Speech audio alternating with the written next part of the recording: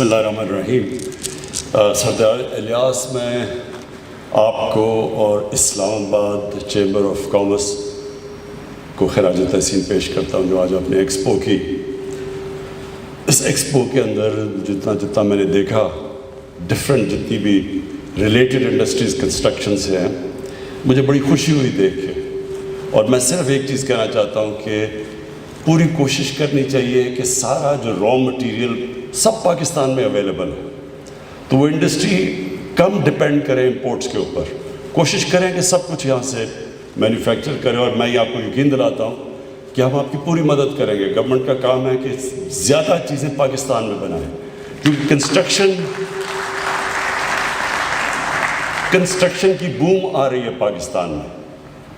Construction کی کیوں boom آ رہی ہے؟ کہ ہماری ڈیمانڈ ہے بہت بڑی، ہماری 22 کروڑ آبادی ہے، اور اس آبادی کی ضروریات ہیں، گھر ہیں، لو کاسٹ ہاؤسنگ ہے، عام لوگوں کو ضرورت ہے گھر کی۔ ہمارے ملک میں کبھی موقع ہی نہیں ملا کہ ایک دہاڑی دار، ایک عام آدمی، ایک گورنمنٹ سرونٹ جو کہ کلاس 4 کا گورنمنٹ سرونٹ، یہ ان کو کسی کو بھی موقع نہیں تھا کہ اپنا گھر بنا لیں، کیونکہ کوئی کانسیپٹ نہیں تھا مورگیج فائنینسنگ کا۔ تو جو ہم نے 2 سال لگائے یہ جو فور کلوجر لا پاس کروانے کا عدالتوں سے، اور اب یہ راستہ کھول رہا ہے کہ بینکس پیسے دیں گے لوگوں کو مورگیج فائنینسنگ، یعنی ہاؤس کی، گھروں کی فائنینسنگ کے لیے۔ اور یہ پھر جو 22 کروڑ ہماری آبادی ہے، یہ اثاثہ بن جائے گا، کیونکہ یہ ڈیمانڈ جنریٹ کرے گا۔ ڈیمانڈ کی وجہ سے کنسٹرکشن کی وجہ سے جتنی انڈسٹری کنسٹرکشن کے ساتھ ریلیٹڈ ہے وہ سب چل پڑے گا۔ اور سردار یاسر، آپ نے اتنی زیادہ باتیں کر دی اپنے چھوٹے سے ایڈریس میں، اور اتنی آپ کے اندر جنون تھا کہ اتنی تیزی سے باتیں کی کہ میں سب کو تو جواب نہیں دے سکتا، لیکن میں آپ کو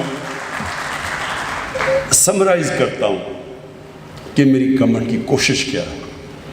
دیکھیں، سب سے پہلے اس گورنمنٹ کی کوشش یہ ہے کہ ہم کیسے اپنے غریب کمزور طبقے کو اوپر اٹھا سکتے ہیں۔ اس کی کانسنٹریشن ہماری گورنمنٹ کی یہ ہے کہ ملک ترقی نہیں کر سکتا، کوئی بھی دنیا میں ملک ترقی نہیں کرتا جیسے چھوٹا سا طبقہ امیر ہو اور باقی غریبوں کا سمندر ہو۔ یہ نہیں ہو سکتا۔ اگر یہ ہوتا تو ہندوستان اور چائنا 35 سال پہلے دونوں ایک ہی جگہ پہ کھڑے تھے۔ آج چائنا آسمانوں میں پہنچ گئے، ہندوستان میں غربت کے سمندر ہے۔ وجہ یہ ہے کہ ہندوستان میں چھوٹا سا طبقہ امیر ہو گیا، باقی ان کی غربت کی انتہا ہے۔ اور چائنا نے اسی دور کے اندر اپنی کروڑوں لوگوں کو، تقریباً 70-80 کروڑ لوگوں کو غربت سے نکال لیا۔ وہ آج سپر پاور بن گیا، وہ وہیں کا وہیں کھڑا ہے۔ تو پاکستان نے اگر آگے بڑھنا ہے، اور یہ ہے ریاست مدینہ کا ماڈل، ہمارے نبی صلی اللہ علیہ وسلم نے نیچے سے طبقے کو اوپر اٹھایا تھا، پہلی دفعہ فلاحی ریاست بنائی تھی۔ فلاحی ریاست کا مطلب کیا ہے؟ کہ آپ اپنے کمزور طبقے کی بنیادی ضروریات پہلے پوری کریں۔ یہ گورنمنٹ کی ذمہ داری ہے۔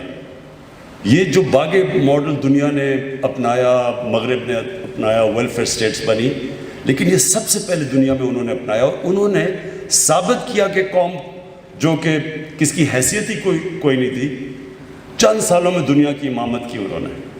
تو ہمارے بھی پاکستان میں چیلنج یہ ہے کہ ہم نے کبھی اس کمزور طبقے کی طرف نہیں دیکھا، کبھی کوئی پالیسی نہیں بنائی نچلے طبقے کے لیے۔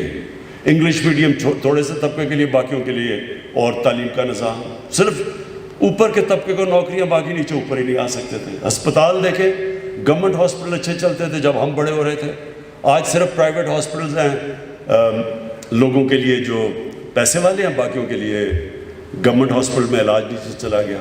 تو سارا چیلنج یہ ہے کہ اب یہ گورنمنٹ کی پالیسیز ہوں اس طبقے کو اٹھانے کے لیے اوپر، جس کو ہم نے 70 سال سے پیچھے چھوڑ دیا۔ تو یہ جو کنسٹرکشن ہے، یہ میرے لیے کیوں، جب کرونا کے دوران میں نے خود IMF کے ہیڈ کو ٹیلی فون کر کے کہا کہ ہمیں کنسٹرکشن انڈسٹری میں، ہم IMF کے پروگرام میں تھے، ہم وہ ٹیکس ریلیف نہیں دے سکتے تھے۔ بدقسمتی یہ ہے جب آپ قرضے لیتے ہیں تو جو قرضے دیتا ہے وہ پھر اپنی شرائط دیتا ہے، تو ان کے اوپر ہم وہ انسینٹیو نہیں دے سکتے تھے.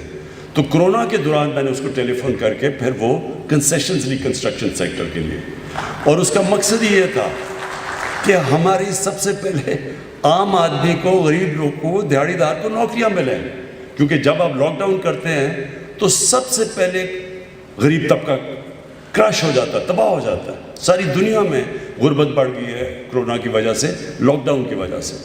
تو وہ میں نے اس سے کنسیشنز لی, اور پھر ہم نے بار بار میٹنگز کی, اور ہم نے ریئلائز کیا اتنی زیادہ ہماری رکاوٹیں ہم نے ڈالی ہوئی ہیں بزنسز کے سامنے, کنسٹرکشن کے سامنے, انڈسٹری کے سامنے. یہ جو بھی یاسر نے باتیں بھی کی کہ ہمارا سسٹم ایوالو ایسا ہو گیا ہے کہ وہ بجائے فیسیلیٹیٹ اور انکریج کرنے کے, مدد کرنے کے انڈسٹری کی اور ویلتھ کریشن کی, وہ رکاوٹیں ڈال دیتا ہے.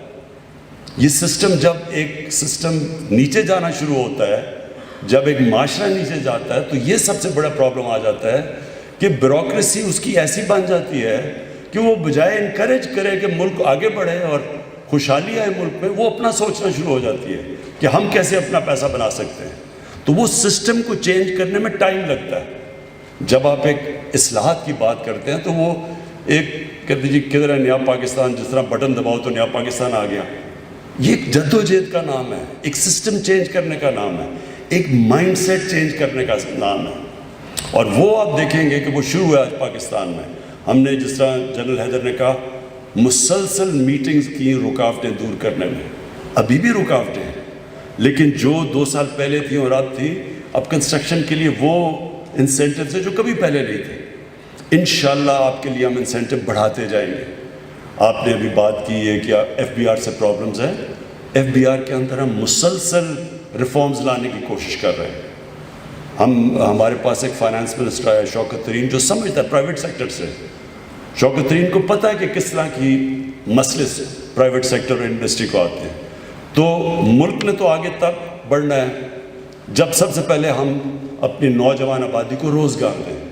کنسٹرکشن سیکٹر سب سے زیادہ روزگار دیتا ہے, کیونکہ وہ صرف کنسٹرکشن یعنی اس کے ریلیٹڈ جو سارا سیکٹر ہے, وہ جب سارا اکانومی چلنی شروع ہوتی ہے, یہ ایک طریقہ ہے سب سے پہلے روزگار دینے کا, ویلتھ کریشن, دولت میں اضافہ کرنے کا, اس سے ریونیو بڑھانے کا. ٹیکس آپ کا ریونیو بڑھے گا تو آپ اپنے خرچوں کو پورا کریں گے, اور پھر جو قرضے لیے ہوئے ہم نے ان کو قرضوں کو واپس تب کریں گے جب اکانومی گرو کرے گی.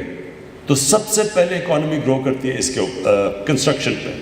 دوسری چیز ایکسپورٹس کی آپ نے بات کی, بالکل آپ کی بات ٹھیک ہے کہ ہم نے اتنی ظلم کیا اپنے ملک پہ کہ ہم نے اپنی ایکسپورٹس کی توجہ ہی نہیں دی.